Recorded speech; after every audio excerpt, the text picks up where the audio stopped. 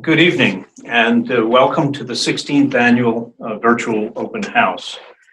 We have all of the school districts and institutes participating in the national initiative connected to our conference this evening. I'm here with the national seminar leaders in the initiative offices overlooking the New Haven Green and the Yale campus. David Engerman will describe his seminar on American history through American lives. David? Great, thanks. I'm excited to be here. I've actually just started at Yale, so I'm a rookie for both Yale and the National Initiative. I was trained actually in American and Russian history and have since branched out into international history, but with a seminar like this, I get a chance to return to my original interest in American history. I've taught teacher programs over in the Boston area for many years at the Kennedy Library, at the late and lamented Teaching American History program from the Ed Department. I come to this as the spouse of a middle school teacher with whom we had many conversations about what we shared and how we differed in teaching. And I realized also that one of the things I've always cared about really deeply is teaching a historical sensibility, and that's something I think that happens at every level. From kindergarten on up, to think about where we are in history and how we shape history and how history shapes us. So I'm excited to be a part of the Yale New Haven initiative, and now that I'm in the initiative's mothership here, I can really see its national reach on the screen in front of me. My summer intensive program, as Jim says, will be on American history through American lives. And it's a chance to think about how to tell important elements of American history through individual lives. It's easy to think of history as being about abstract events or things that treaties and wars, or lots of these isations, processes, modernization, secularization, and so on. But really, history is about individual lives. And so what we'll do in here is explore not just individual lives that will be parts of curriculum units, but also think about how do we connect as historians and as teachers. How do we connect those individual lives to those big, seemingly abstract and distant elements? How do we see the ways not just that those big events shape individual lives, but in fact how those individual lives also shape the big events? So we'll look at lives of the powerful as well as the powerless, of officials forming laws and enforcing them, as well as activists trying to change them, lives of the famous as well as the unknown, mostly about real lives, but also open to fictional lives. I think when done right, these life stories are both compelling narratives and rich fields for analysis. They get students interested and engaged and teach them broader historical themes.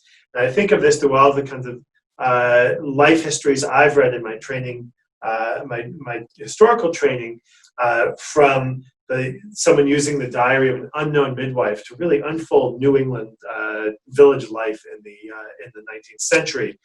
Histories of enslavement and freedom, I think, are an especially important mid-19th century genre that really help us understand the nature of, the impact of, and the end of slavery. About radicals like Eugene Victor Debs, showing how radicalism was not just something that came in to the United States, was imported with immigrants, through immigrants, but in fact has indigenous roots in Indiana and elsewhere.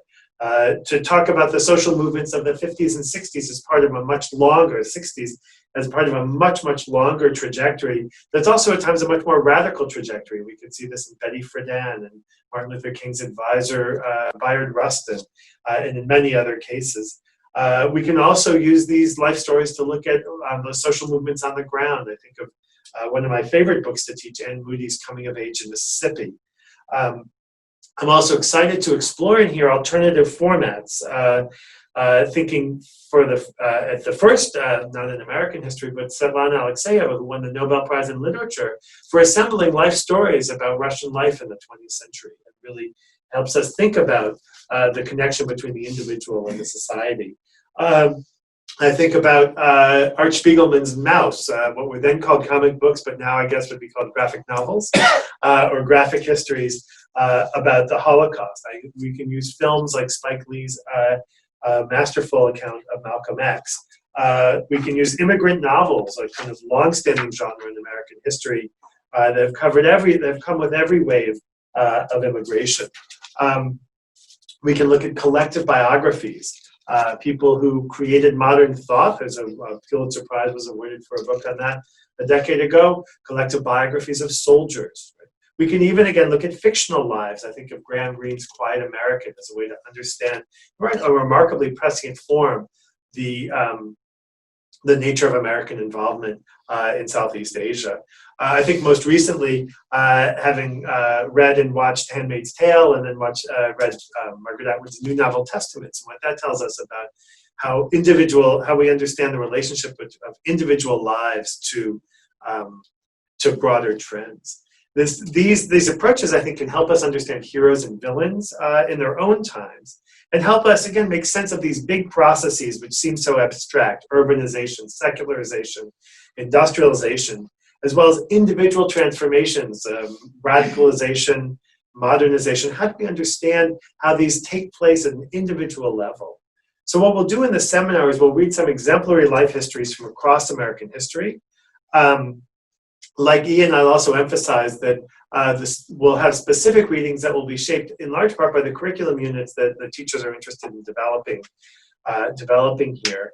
And so look forward to a chance to sort of organize a set of readings that will help us and help you work on the curriculum units. We'll also spend some time looking at some of the life histories available here at Yale. I think in particular, I'm already starting to arrange a visit to the Beinecke Library to look at Native American lives, biographies and autobiographies, including some manuscript, handwritten manuscripts that we'll have a chance to examine. The records of diplomats that are in the manuscripts and archives, of missionary families in the Divinity School. We'll look at all of these, again, for a way to think about the relationship between individual lives and broader historical trends and events. What we'll see is brief, so what we'll do in the seminar is look at these brief explorations of specific topics in history that will broaden our knowledge of American history, help us think about ways to interpret American history, and provide the background for your work on curriculum units. It's a chance for us to think together about American history, how to interpret it, how to teach it, to read and discuss some books that are excellent, even, in fact, I think, inspiring, and expand and extend our knowledge in new areas, even as we're working together and individually on the curriculum units. I think the seminar is most appropriate and most directly applicable for middle grade and high school teachers of U.S. history, although I think, as with Jordan, that we could also work at with younger teachers of younger students as well. Open to consideration working with other teachers in language arts and humanities, and we'll consult with the National Initiative staff and the lead teachers about how to make those work.